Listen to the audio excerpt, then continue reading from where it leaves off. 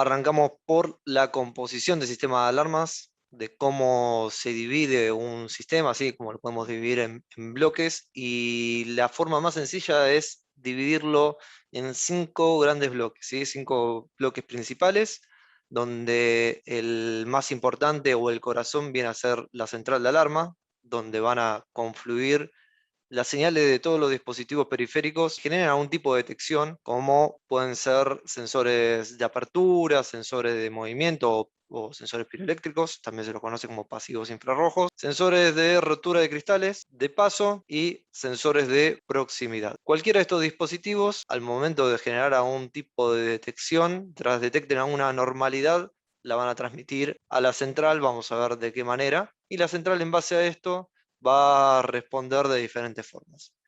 ¿Cómo podemos manipular el sistema de alarma? Mediante los elementos de comando, ¿bien?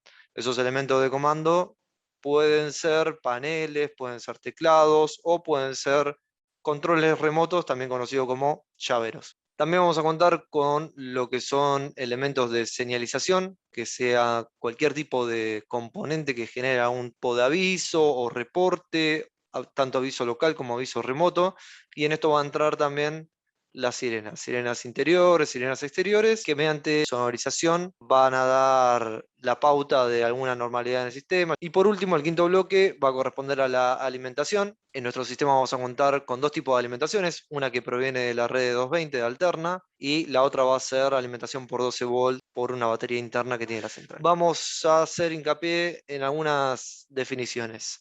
Primero, por el concepto de zona. Una zona es todo aquello que querramos proteger. Es no necesariamente un lugar físico, o sea, no un ambiente necesariamente, sino puede ser desde una puerta, una persiana, una reja, puede ser una medianera, como pueden ser ambientes también como dormitorios, un patio, un living comedor, algún pasillo, ¿bien? En un mismo ambiente incluso pueden estar subdivididos en 2 zonas distintas, ¿sí? Porque la pauta a la cual siempre referimos es que lo ideal es tener un sensor por zona, por lo cual en un ambiente muy grande podemos tenerlo subdividido en 2 zonas distintas. Puede ser el ejemplo de un living comedor grande, tengamos 2 accesos. Podemos poner una zona nombrada como living frente y la otra living parte trasera. Pero lo importante es que no físicamente un ambiente tiene que ser sí o sí una zona. ¿Qué es un sistema activado o desactivado? Bueno, el sistema está activado cuando la central está atenta a cualquier anormalidad para que si existiera este tipo de anormalidad, luego se generara un disparo del mismo. Si el sistema está desactivado, yo puedo circular libremente por cualquiera de los ambientes, por cualquiera de los lugares donde haya sensores. Esos sensores van a enviar la señal a la central, pero al estar el sistema desactivado, el sistema no se va a disparar. La memoria de disparo es un estadio que viene posterior al sistema disparado. Una vez que se disparó, va a quedar registrado el sensor o la zona que provocó el último disparo o la última secuencia de disparos. Puedo saber por qué zona entraron primero, cómo fue la secuencia posterior. Y también dependiendo del teclado que tengamos, va a ser la secuencia cómo poder visualizarlo. Un teclado LCD me va a ir mostrando zona por zona con el nombre, y los teclados con indicación de LED va a quedar destellando la o las zonas en cuestión que generaron el último disparo. El próximo punto es inclusión o exclusión de zonas. Nuestras centrales permiten 2 modos de activación rápida, que son el modo estoy y el modo me voy. El modo estoy se utiliza normalmente cuando la gente o los residentes de una vivienda están dentro de ella y quieren proteger principalmente todos esos lugares donde no se frecuentaría un paso normal de alguna persona de noche. Queremos dejar liberadas las zonas internas de circulación normal o habitual, como puede ser un pasillo o un baño. Todo eso estaría incluido en el modo estoy. Incluido significaría que está protegido. Si yo activo la central en el modo estoy con una zona incluida, donde esa zona luego detecta alguna normalidad, se generaría el disparo del sistema. En definitiva, inclusión significa zona protegida, excluida significaría zona desprotegida o liberada. Y como bien les comentaba que existe el modo estoy, también contamos con otro modo que es el modo me voy, el cual lo utilizarían los usuarios cuando dejan la residencia y quieren una protección general de todo el sistema, que todas las zonas estén incluidas, puede haber alguna que esté demorada, justamente para el ingreso o el ingreso sin disparo del sistema, pero en definitiva todas las zonas estarían protegidas o incluidas. Todos los dispositivos MPXH cuentan con al menos alguna programación básica. Después vamos a ver que Existen programaciones avanzadas que son un poco más funcionamiento del equipo para poder adaptarlo a ciertas prestaciones, pero al menos la programación básica tenemos que llevarla a cabo y realizarla para que el equipo funcione correctamente con el resto del sistema. Vamos a entrar un poco más en lo que son los eventos que se generan mediante la central. El primero es el evento de robo, el cual se va a dar cuando la central esté en modo o en estado de activada, algún sensor detecte y eso va a generar el disparo de la central por robo con sonorización de sirena, flash de las sirenas y demás. El evento de asalto es totalmente silencioso y da reporte a través de los comunicadores de este estado, ¿bien? De un estado de asalto. Sabotaje, las centrales MPXH cuenta con protecciones antivandálicas como son antidesarme de dispositivos, fines de línea que protegen al sistema ante un intento de vandalismo. Es una protección esté como esté la central, si está activada o desactivada en cualquiera de los dos estadios, las 24 horas, si se abre algún equipo que tiene antidesarme, si se corta un cableado MPX que está protegido con fines de línea, se va a disparar el sistema tratando de que la persona que efectuó ese hecho cese y, bueno, obviamente trate de dejar. El evento de incendio es un evento también acústico como el de sabotaje, como el de robo, con una indicación sonora diferente al resto, justamente para dar una rápida atención a esta situación, y se puede dar mediante sensores detectores de humo de forma automática o pueden ser a través de pulsadores o de los teclados que tienen la tecla de la llama. El evento de pánico, comparándolo con el de asalto, por eso quería tenerlo justamente para hacer la comparativa entre estos dos eventos, mientras que el asalto es silencioso, el pánico es sonoro. ¿Cuál es la idea del pánico? Es que sea un evento disuasivo, que en el momento de ver a una persona que está intentando ingresar a un lugar, disparar esas sirenas para que esta persona justamente cese con la intención de ingresar a un lugar inapropiado. El pánico lo podemos generar a través de controles remotos o también a través de teclado. Cualquiera de estas dos maneras podemos generar este tipo de disparo. Y por último, la emergencia médica es muy útil a la hora de tener alguna persona que tenga algún problema de movilidad o necesite de atención permanente. Se puede generar a través del teclado con la cruz verde que cuenta con la tecla de asistencia o a través de algún control remoto o algún pulsador con tal fin. Este tipo de eventos no genera disparo local, solamente un anuncio a través de los teclados, un anuncio de un sonido agudo, pero sí es importante el reporte que hace a través de los comunicadores. Continuamos, pasamos a lo que son tecnologías, qué tipo de tecnologías trabajamos en X28 con nuestras centrales, empezando por la convencional, donde todo se basa en contactos o llaves que se cierran y se abren, si fuesen pulsadores que no se accionan manualmente, sino que lo hacen de forma automática los distintos sensores que van generando distintas detecciones y al abrirse estos circuitos, la central detecta esa normalidad y en base a eso va a generar un disparo de sirena mediante un relé interno que tiene, que ese relé se cierra y de esa forma energiza la sirena o el flash de la sirena o lo que fuera. ¿Cuáles son los pros o los contras de este tipo de sistemas? Bueno, los pro es que son de fácil entendimiento, esto es, conecta el sensor en la zona que se quiera, ya sale funcionando, después si hay algún tipo de programación es solamente sobre la zona, no sobre el sensor. La contra de esto es la cantidad de cableado a utilizar y a su vez la cantidad o las prestaciones con las que cuentan estos sensores, ¿bien? Son bastante acotados en cuanto a funcionalidades, no tenemos programaciones como bien hablábamos recién, es decir, no podemos regular sensibilidad en la mayoría de los casos, no tenemos funciones de automatización, son bastante simplistas, pero bueno, es la primera tecnología con la que se contó, que hasta el día de hoy también se sigue utilizando, no solamente con nuestras marcas, sino que también es un tipo de conexionado universal. Pero como les comentaba, esto en instalaciones grandes se dificulta bastante por la cantidad de cableado que tenemos que utilizar. Pensemos que un magnético podemos llevar 2 hilos, pero ya un sensor que necesita alimentación mínimo tenemos que llevar cableado de 4 hilos. En el caso de que tenga un antidesarme, ya son 2 cables más, serían 6 hilos para un sensor solo. Y en comparación con esto también, existe el MPXH, que es una tecnología pensada y diseñada por X28 desde el año 94, en su momento se llamaba MPX, para después pasar a la tecnología MPXH, que es en la misma plataforma, pero optimizada y agregando ciertas funcionalidades, la cual se logró implementar en el año 2011. ¿De qué consta este tipo de tecnología? Bueno, básicamente es un protocolo multiplexado, una comunicación de tipo serie, donde conectamos cualquier dispositivo MPXH con 3 hilos. 2 de alimentación de 12 volts y un tercer hilo de MPX.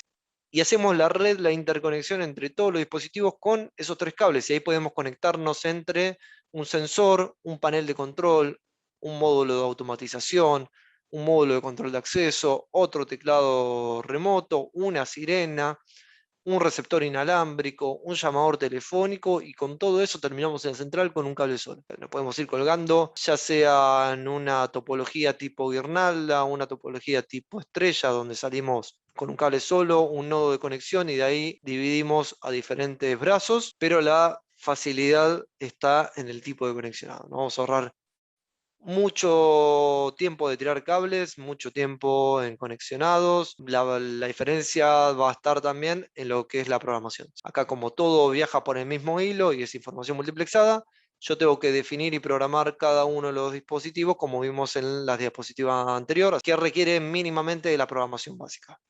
La contra va a requerir un poco más de tiempo, es que vamos a tener que programar un poco más. Por último, cuando tecnologías, contamos también con dispositivos inalámbricos, los cuales van a transmitir vía radiofrecuencia, vía RF, a algún receptor que puede estar conectado a la central por MPX, por un hilo MPX, ya sea un receptor externo, o ese receptor, vamos a ver un poquito más adelante, que puede estar integrado en la central, montado sobre ella, donde no vamos a necesitar ningún tipo de cableado adicional. Y estos tipos de equipos inalámbricos, que son transmisores, pueden ser sensores de humo, sensores de movimiento, magnéticos o también controles remotos. Vamos a arrancar con los sensores de intrusión, arrancando por los sensores magnéticos, los cuales constan de 2 cuerpos. Uno va a ser la parte del imán permanente y la otra parte va a ser la parte del sensor, que sea cual sea la tecnología de este sensor, si es W, si es convencional o si es MPXH, la parte de detección va a ser la misma, es decir, va a contar con una ampolla que se llama reed switch, ampolla al vacío, donde tiene 2 láminas metálicas dentro,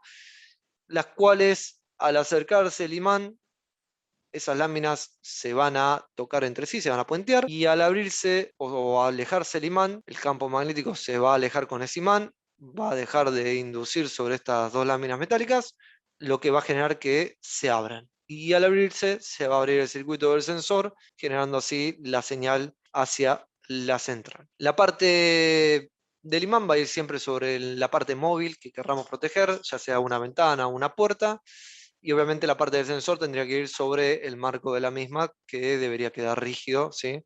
Para poder cablearlo hasta la central. Vamos a hacer hincapié más que nada en los equipos MPXH, donde tenemos diferentes tipos de sensores dependiendo del montaje y del color de su gabinete. Contamos con montaje superficial, que va directamente pegado o atornillado a las aberturas de madera. Si son aberturas metálicas, siempre se recomienda hacerle una separación, porque obviamente, al ser de este tipo, va a absorber parte del campo magnético del imán y puede generar que ese sensor quede abierto. También hay sensores de embutir, ideales para puertas de madera, donde la instalación es un poquito más compleja, pero obviamente queda escondido, no queda a la vista, así que la terminación es mejor que la de superficie. Y por último, otro tipo de sensor magnético de MPXH son los de portón, o SMP, sensor magnético de portón, los cuales tienen una robustez significativamente mayor que los otros dos, tienen un gabinete mallado, aluminio, más robusto, el imán también es un imán más potente, genera un campo magnético significativamente mayor que el de los otros imanes, porque obviamente al ubicarlos sobre portones, que generalmente son metálicos, y además de eso, la vibración de esos portones, o la separación o la luz que tiene entre el magnético y el imán, es sumamente más considerable que en el caso de una puerta común. Es por eso que necesita de este tipo de imanes para poder suplementar ese inconveniente, ¿no? En cuanto a sensores de movimiento interior, también contamos con una amplia gama de modelos. Vamos a hacer hincapié en uno de los más utilizados, o que mayores prestaciones también cuenta, que son la línea de los MD96, pero esto se aplica a todos los sensores de interior, o por lo menos a su gran mayoría. El alcance es de 15 metros radiales por 90 grados de apertura. Esto lo podemos ver en la vista superior, donde de acá podemos dilucidar que también se llaman 15 por 15, porque son 15 metros de radio por 15 metros de amplitud. Esto nos da los 90 grados de apertura. Y la altura recomendada, 2 metros 10. Esto siempre y cuando no sean sensores pasamascota, que como algunos sabrán, contamos con ese tipo de sensores antimascota, donde ahí varía el alcance máximo del sensor, la altura recomendada de instalación y el área de detección que genera ese tipo de sensores. Y esto es importante también recalcar que se llaman pasivos infrarrojos o PIR, pasivos justamente porque no generan ningún tipo de señal para que rebote contra algún objeto o señal infrarroja. Son sensores que detectan radiación infrarroja. Radiación infrarroja que puede venir del cuerpo humano o de alguna fuente de calor cualquiera que esté en la temperatura corporal cercana a la del cuerpo humano, que son casi 37 grados. Y lleguen hasta el sensor interno, que se llama sensor piroeléctrico. El sensor tiene el lente de frente que filtra haces infrarrojos, que son las capas que va generando ese lente, como la vemos en estas dos vistas, tanto en la lateral como en la lista superior, pero justamente lo que hace es eso, filtrar haces infrarrojos de un cuerpo caliente en movimiento. Y algunas cuantas prestaciones con las que cuentan este tipo de sensores, una de ellas es la programación soft, significa que yo puedo programar al equipo mediante un teclado y su información va a quedar almacenada en la memoria independiente de cada uno de los dispositivos MPXH, por lo cual si yo grabo un magnético y después lo retiro, ese magnético va a quedar con su información almacenada de toda la programación que tiene. Lo mismo para cualquier dispositivo MPXH, como incluso también los sensores de movimiento centrales, receptores inalámbricos, sirena. Estos sensores también cuentan con la programación de pulsos, por regular sus pulsos de 1 a 9. Los pulsos hacen mención a cuántas detecciones tiene que sensar para que dé la apertura de la zona. Mientras más pulsos pongamos, más detecciones tiene que hacer, lo cual por un lado puede hacer mención a la estabilidad del sistema, pero por otro lado también a la seguridad. Lo pongo en un número de pulso, un conteo de pulso demasiado elevado, puede pasar en un ambiente muy chico, un paso muy corto, que no llegue a ese número de pulsos y nunca abra la zona. En particular, esta línea de sensores cuenta con una prestación de luz de emergencia que sirve para justamente encender dos LED de luz blanca SMD que tiene para dar una iluminación superficial ante un corte de 220. Función de cruce, lo cual me permite que dos sensores funcionen en conjunto, tienen que detectar ambos en una ventana corta de tiempo en segundos para que abran la zona, esto para la estabilidad también ante lugares que son complejos, por ahí que son muy abiertos o que tienen quizás presencia de algunos animales que son complicados de detectar en cuanto a su trayectoria, ¿bien? Por ahí donde hay palomas o roedores, se puede jugar un poco con la función de cruce para disminuir la posibilidad de un falso disparo. Y ganancia programable, que esta es otra prestación sumamente importante para estos sensores MPXH, lo cual nos permite regular la sensibilidad del equipo entre diferentes niveles. En cuanto a sensores de movimiento interior, contamos con dos modelos que son ambos pasamascotas, uno para mascotas pequeñas, otro para mascotas grandes. También tiene programación soft, gabinete estanco, justamente lo que lo hace inmune a las inclemencias del tiempo, lluvia, exposición solar, haciéndolos ideales para la instalación en intemperie. Detección dual, poseen ambos sensores piroeléctricos, uno por detrás del lente superior, otro por detrás del lente inferior, y sea cual sea el sensor, tiene que detectar ambos piroeléctricos para generar el disparo, lo cual obviamente lo hace más estable a lugares al exterior. También cuenta con regulación de pulsos y ganancia, igual que los MD96, y función de cruce. Y obviamente al ser un dispositivo exterior, si bien el MD96, el que vimos recién, también tiene tamper, estén protegidos ante el intento de apertura del mismo. Bueno, pasamos a barreras infrarrojas. Constan de dos módulos, un emisor, un módulo emisor y el otro módulo receptor. El emisor va a estar transmitiendo permanentemente 1, 2, 4 u 8 haces infrarrojos, dependiendo del modelo, hacia el módulo receptor. Mientras que el receptor vea esos haces infrarrojos, la zona va a quedar cerrada. En el momento que a una persona obstruye esos haces infrarrojos, sea una persona, cualquier tipo de objeto que se interponga,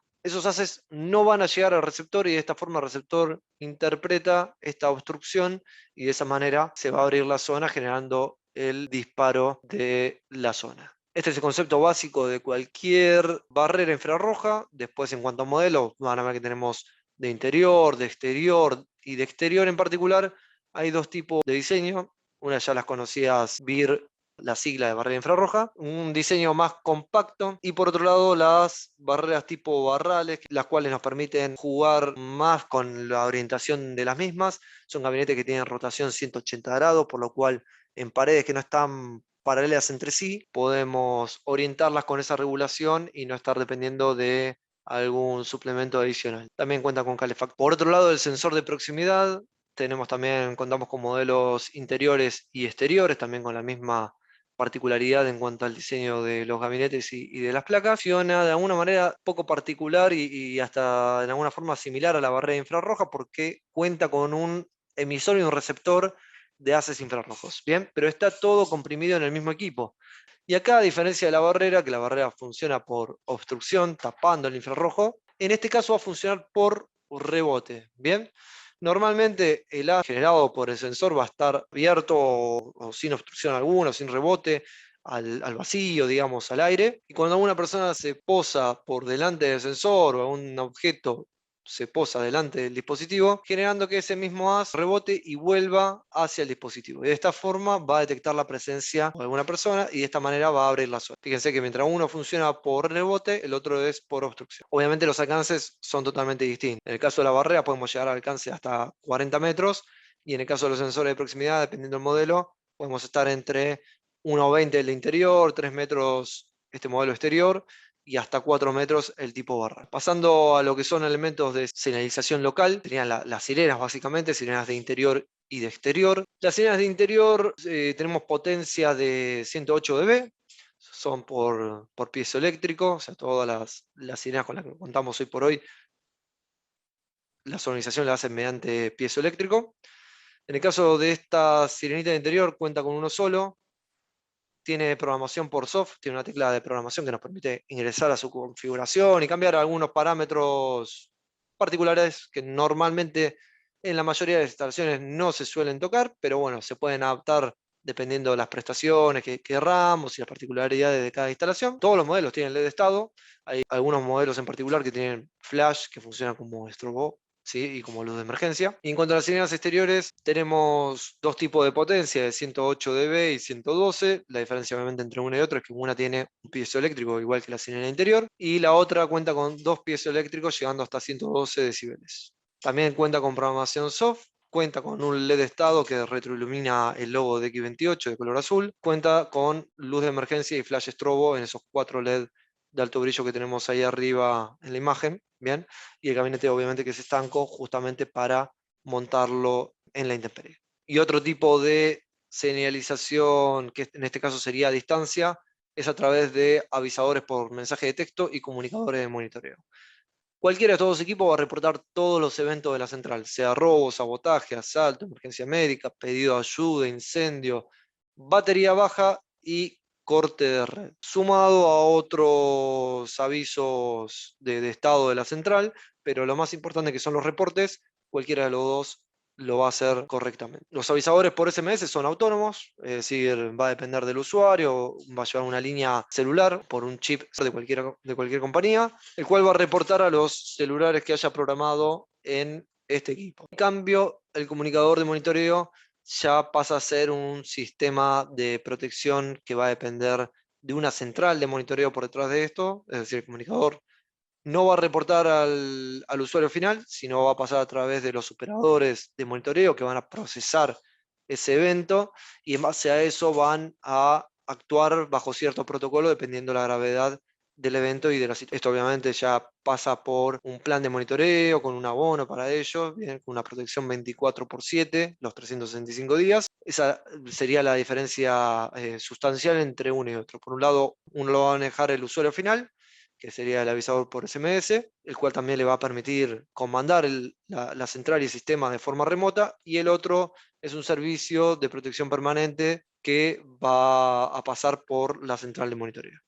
Arrancamos con los teclados. Hay diferentes modelos de teclados. El más completo de todos, obviamente, es el que cuenta con un display LCD, pero además de este y con el mismo formato, hay teclados que tienen indicaciones por LED de estado de zonas, LED de estado de la central, memoria de disparo, todo eso lo va a indicar a través de distintos encendidos y parpadeos de la luz. Obviamente que a la hora de instalar siempre recomendamos que tengan un TLCD que cuenta con esta pantalla de cristal líquido, porque les va a ser sumamente fácil, práctico, hacer cualquier tipo de configuración, hasta incluso saber qué es lo que tenía programado de antemano la central. Todas las indicaciones de estado del sistema lo vamos a ver en estos 5 LED de estado, para saber si la central está activada, si está lista para estar activada o si hubo algún tipo de memoria de disparo, el estado de, o mejor dicho, los modos en el que está seleccionado en ese momento la central, y el estado de la batería, si está haciendo un test de batería, si la batería está baja o está en condiciones. Las teclas de asistencia, que van a ser estas 3 teclas que vamos a ver a la izquierda,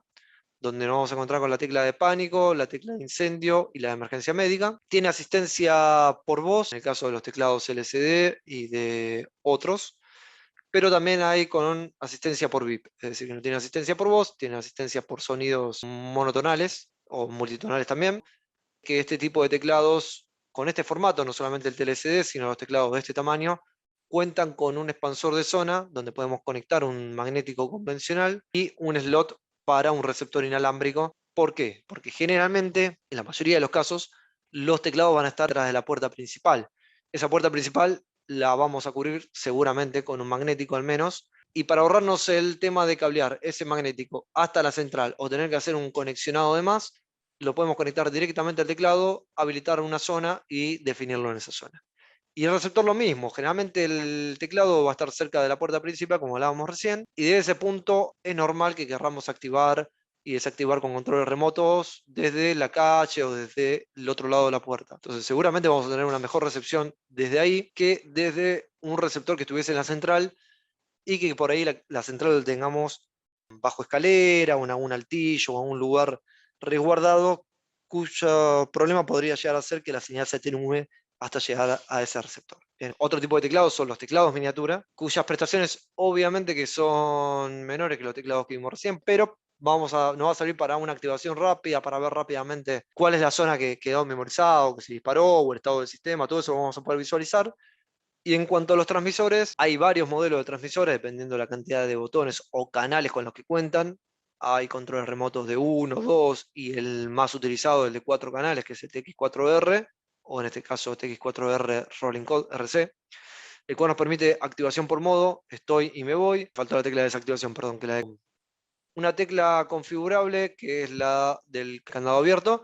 Una tecla configurable, que es la del asterisco con fondo naranja, la cual nos va a permitir acciones silenciosas con las otras 3, pero además disparar un pánico o hasta manejar a un portón eléctrico. Esto ya va a depender un poco más de meternos en automatización y dependiendo cómo funcione la placa del portón, pero la posibilidad la tenemos. Y algo sumamente importante de este tipo de controles es que son registrables, es decir, puedo asignarlo a una posición y a un usuario fijo para que en el momento que tenga que borrarlo o tenga que agregar uno, saber cuáles están ocupados y a quién pertenece cada uno de esos controles remotos, hasta también saber quién fue el que activó y desactivó en un horario y día en particular. En cuanto a los receptores, porque para tener equipos inalámbricos necesitamos sí o sí un receptor inalámbrico, ya sea únicamente agregar un control remoto, vamos a necesitar de un receptor inalámbrico. Hay 2 tipos de receptores dependiendo de su formato. Uno es el módulo externo, que es el MBIP RC, MPXH, es un equipo que cuenta con un gabinete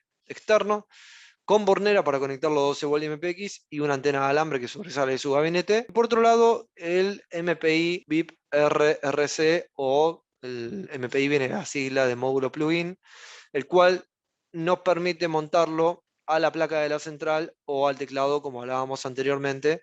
Entonces la practicidad se encuentra ahí, ¿sí? La practicidad de montaje es mucho más sencillo el MPI que el exterior. Pero bueno, el exterior también nos permite ponerlo en cualquier lugar que tengamos MPX y 12 volt. En cuanto a funcionalidad, son exactamente iguales cualquiera de los dos, ¿sí? Tienen las mismas funciones, aceptan la misma cantidad de controles remotos y la misma cantidad de sensores.